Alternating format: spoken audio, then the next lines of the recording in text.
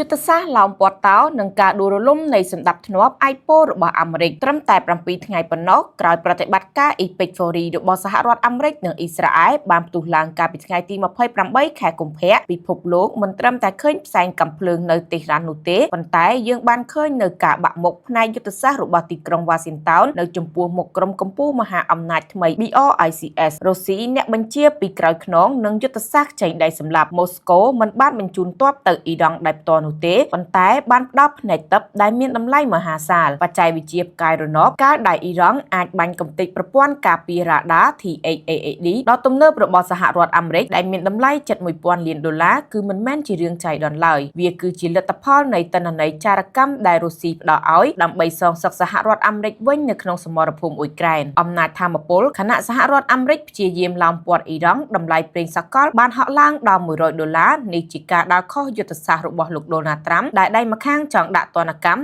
តែដៃម្ខាងទៀតបែរជាត្រូវសុំអង្វររុស្ស៊ីឲ្យបញ្ចេញប្រេងដើម្បីទប់ស្កាត់អតិផរណានៅក្នុងស្រុកអាមេរិកវិញចិននិងឥណ្ឌាខ្សែការពារសេដ្ឋកិច្ចដែលមិនញញើតដំបងសហរដ្ឋអាមេរិកប៉ូលីសសកលសហរដ្ឋអាមេរិកលែងមានអំណាចបញ្ជាដូចមុនទៀតហើយពេលកាំងមិនត្រឹមតែទិញប្រេងអ៊ីរ៉ង់ទេប៉ុន្តែត្រូវបានគេសង្ស័យថាជាអ្នកផ្គត់ផ្គង់គ្រឿងបង្គុំអេឡិចត្រូនិកសំខាន់ៗឲ្យអ៊ីរ៉ង់ដើម្បីផលិតមីស៊ីលបាញ់បកមកលើសហរដ្ឋអាមេរិកវិញអ្វីដែលធ្វើឲ្យពិភពលោកភ្ញាក់ផ្អើលបំផុតគឺការដែលឥណ្ឌាហ៊ានឲ្យនាវាចម្បាំង Iran IRIS Lawan ចូលចតនិងការពារនាវិកអ៊ីរ៉ង់ជិត200នាក់នេះជាសារយ៉ាងច្បាស់ថាឥណ្ឌាជាមិត្តរបស់សហរដ្ឋអាមេរិកប៉ុន្តែមិនមែនជាកូនចៅដែលចាំតែធ្វើតាមបញ្ជារបស់សហរដ្ឋអាមេរិកគ្រប់រឿងនោះឡើយអាហ្សាបៃចិនតួអង្គឆ្លៀតឱកាសក្នុងផ្សែងសង្គ្រាមនៅចំមាត់ទ្វារផ្ទះអ៊ីរ៉ង់ប្រធានាធិបតីអាល់ហាមអាលីយេកំពុងលេងល្បែងដ៏គ្រោះថ្នាក់ច្រករបៀងសាំងហ្គេហ្សូអាហ្សាបៃចិនកំពុងប្រើលេសថាអ៊ីរ៉ង់វាប្រហារខ្លួនដើម្បីវិបកនិងកាន់កាប់ផ្លូវពាណិជ្ជកម្មយុទ្ធសាស្ត្រនេះបន្ទាយមុខរបស់អ៊ីស្រាអែលការផ្ដល់ដីឲ្យអ៊ីស្រាអែលប្រើប្រាស់ជាមូលដ្ឋានចារកម្មប្រឆាំងអ៊ីរ៉ង់កំពុងរុញច្រានតំបន់ហ្គូកាស៊ូទាំងមូលឲ្យស្ថិតនៅក្នុងមាត់ជ្រួញនៃសង្គ្រាមមហាណាសាយ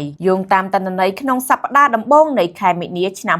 2026នេះយើងអាចទាញសេចក្តីសន្និដ្ឋានសំខាន់ៗចំនួន2 1ការបាក់បែកក្នុងប្លុកខាងលិចខណៈសម្ព័ន្ធមិត្តតូចតាចដូចជាលូហ្សាណៃគាំទ្រសហរដ្ឋអាមេរិកប៉ុន្តែមហាអំណាចអឺរ៉ុបដូចជាបារាំងនិងអ៊ីស្ប៉ាញបែរជាបិទមូលដ្ឋានទ័ពមិនឲ្យសហរដ្ឋអាមេរិកប្រើប្រាស់សម្រាប់វាយប្រហារអ៊ីរ៉ង់នេះបានបង្ហាញពីការលែងទុកចិត្តលើការដឹកនាំរបស់ទីក្រុង Washington ពីយុគសម័យពហុពលបានមកដល់ការចងសម្ព័ន្ធភាពរវាងរុស្ស៊ីចិនឥណ្ឌានិងអ៊ីរ៉ង់បានបង្កើតជាខ្សែការពារឡោមព័ទ្ធតោអាមេរិកលែងជាអ្នកសម្រេចវាសនាពិភពលោកតែម្នាក់ឯងទៀតហើយសំណួរដែលនៅសល់តើលោកដូណាល់ត្រាំនឹងបន្តរុញអាមេរិកឲ្យដាច់ឆ្ងាយពីសម្ព័ន្ធមិត្តឬនឹងសុកចិត្តដកថយដើម្បីសង្គ្រាមសេដ្ឋកិច្ច